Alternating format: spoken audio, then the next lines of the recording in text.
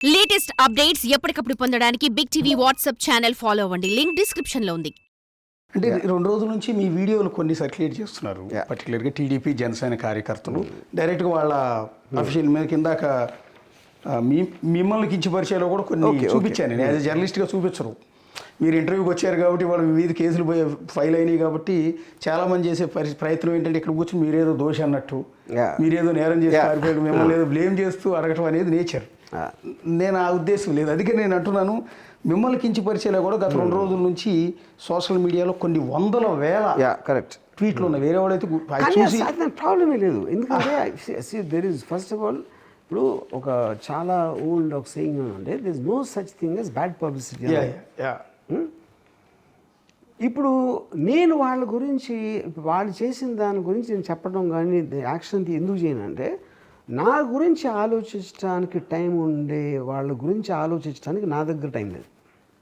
ఎందుకంటే నేను నా పనిలో బిజీగా ఉన్నాను. మా అయితే నాకు ఎవడో పంపిస్తే దాన్ని చూసి ఒకసారి నవ్వుకుంటాను. అది ఎంత నీచంగా నన్ను చెప్పినా కూడా నాకు అది జోక్ లాగా ఉంటుంది. అంటే ఎందుకంటే అతని ఎమోషనల్ స్టేట్ అనేది నాకు అర్థమవుతుంది. అవును, అది అంటే ఇంత పని లేకుండా ఉన్నారు. లాస్ట్ టైం మీ దిష్టి బొమ్మలు తగలబెడుతుంటే నాకు బాగా గుర్తు. మీరు ఒక టీవీ ఛానల్లో కూర్చొని అన్నారు, మీ దిష్టి బొమ్మ తగలబెట్టారు ఏదో ఇష్యూకి సంబంధించి, ఆడవాళ్ళు ఏదో అన్నారు. ఓకే తగలబెడుతుంటే మీరు అన్నమాట నాకు ఇప్పటికీ గుర్తు. ఇంతమంది ఉన్నారు దేశంలో పని పాట లేని వాళ్ళని.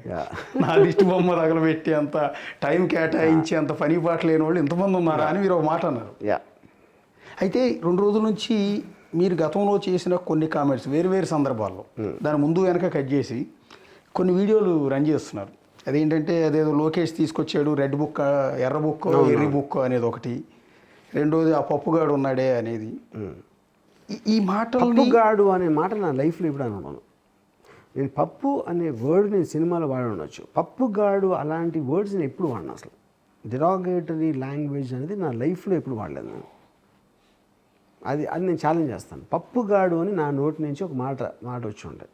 ఓకే, అంటే కొన్ని ఎందుకంటే నేను ఎవరిని అన్నాను, లొకేషన్ కాదు, నేను ఏ మనిషిని కూడా గాడు ఆడు అని ఎప్పుడు మాట్లాడలేదు, ఎంతవరకు మాట్లాడలేదు. అని మిమ్మల్ని సూటిగా అడుగుతున్నాను సార్. నేనంటే జగన్ గారు అంటే నాకు అభిమానం అని ఈ పరిస్థితుల్లో కూడా మీరు మొహమాట లేకుండా 100% జగన్ గారు అంటే నాకు వ్యక్తిగతంగా అభిమానం. 100%. అంటే చంద్రబాబు గారు, లోకేష్, పవన్ కళ్యాణ్ అంటే లేదా? నేను చాలాసార్లు చెప్పాను, నాకు చంద్రబాబు నాయుడు గారి మీద ఇంప్రెషన్ ఒక పర్టికులర్ టైంలో ఎన్టీఆర్ గారికి చాలా నేను పెద్ద ఫ్యాన్ కాబట్టి ఆ టైం నుంచి నాకు అది మెయింటైన్ అవుతూ వచ్చింది. ఓకే, దాని గురించి పెద్ద ఎక్కువ ఆలోచన కూడా లేదు. ఓకే, సో ఆ ఇంప్రెషన్ అనేది క్యారీ ఫార్వర్డ్ అయింది. ఎన్టీ రామారావు గారి వైస్రాయ్ ఇన్సిడెంట్ నుంచి క్యారీ ఫార్వర్డ్ అయిన ఒక ఎమోషన్ అది. ఓకే, సేమ్ థింగ్ అది చాలాసార్లు చెప్పాను, మళ్ళీ అందరికీ బోర్ కొడుతుంది. అవును, జగన్ అంటే నాకు మంచి అభిప్రాయం ఉంది, చంద్రబాబు నాయుడు గారి అప్పటి నుంచి నాకు బ్యాక్ స్టాబింగ్ ఇన్సిడెంట్ నుంచి వేరేగా ఉంది. That is just my opinion. అది ట్రూత్ఫుల్గా జరిగిందా, రేపు పొద్దున్న ఎవరన్నా ఒక నేరేటివ్లో అసలు ఎన్టీ రామారావు గారే విలన్, చంద్రబాబు నాయుడు గారు హీరో అని చెప్పారు అనుకోండి, ఒకవేళ కన్విన్సింగ్గా ఐ మైట్ చేంజ్ అక్కడ ఉంటుంది కానీ దీని మూలన ఉండదు. అది నేను చెప్పేది.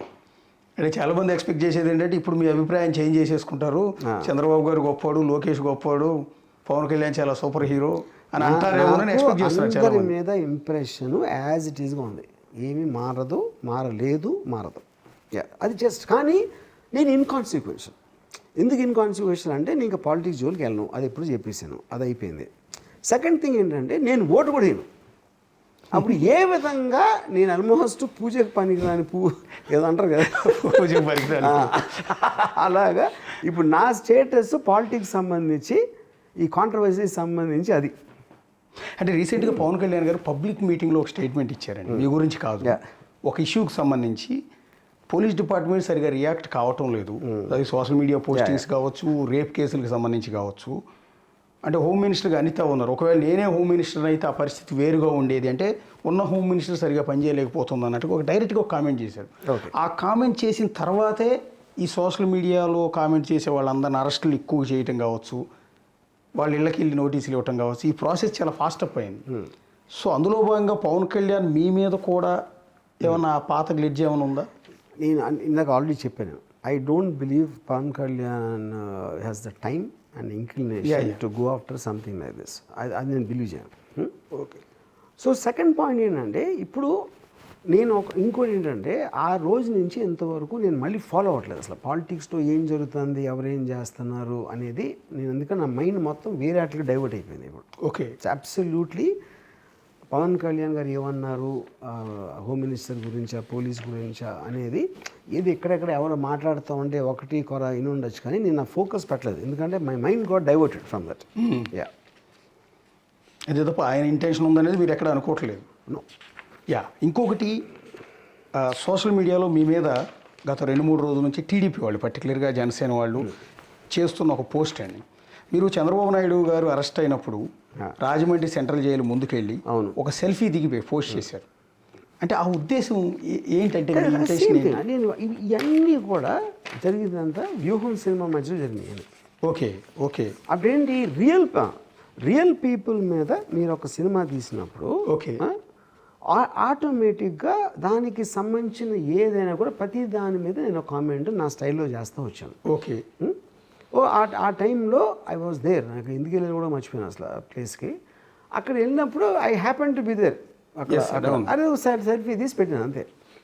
చంద్రబాబు గారు లోపల ఉన్నారు ఆ టైంలో, జైల్లో ఉన్నారు. ఫైన్, అందుకనే కదా. యా, అవి ఏంటి దానివల్ల ఏమైంది అందరికీ తెలుసు ఆయన లోపల ఉన్నారని.